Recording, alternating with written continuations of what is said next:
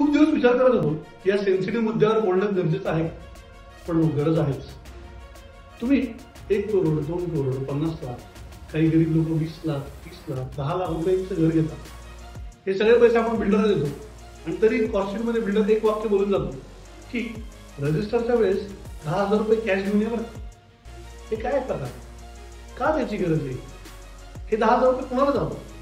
का दरवेळेस हे 10,000 रुपये किंवा 20,000 रुपये, काही ठिकाणी 25,000 रुपये बिल्डर सांगतो कॅश घेऊन?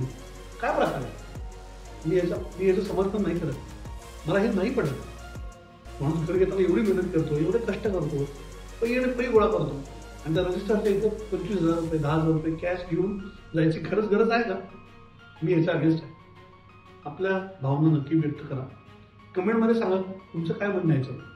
याच्यावर काही मार्ग आहे का? बघू तरी, एक प्रयत्न छोटासा चालू तरी करूया आजपासून.